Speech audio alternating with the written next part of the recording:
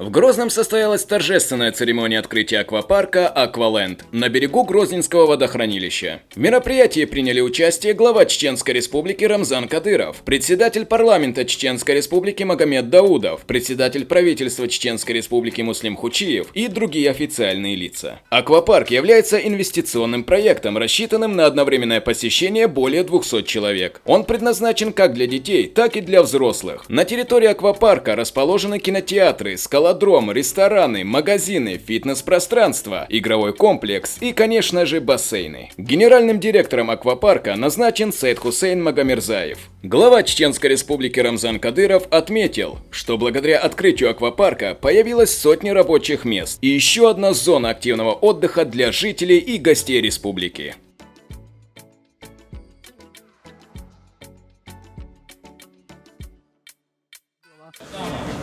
Во время выступления заявили, что сегодняшнее открытие является завершением строительства проекта Грозненское море. Что дальше будет происходить? Завершения не должно быть. Мы будем строить, развиваться, да, все, что хорошее, нужное, необходимое, да, для народа, для республики. Да.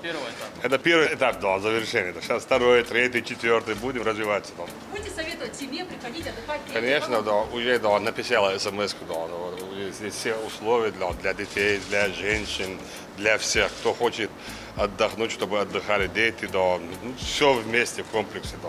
Такие места, да, он редко где бывает, да. Рамзан, а туризму способствовать будет вот Конечно, такой проект? да, конечно будет, да. Если взять вот на Северо-Кавказском федеральном округе, да, ну где такие места, да, нет, да. Поэтому я уверен, что это не только для республики, да, и для республиканского уровня, это для Северо-Кавказского федерального округа, да, значимое место. Что вам больше всего понравилось? Все понравилось.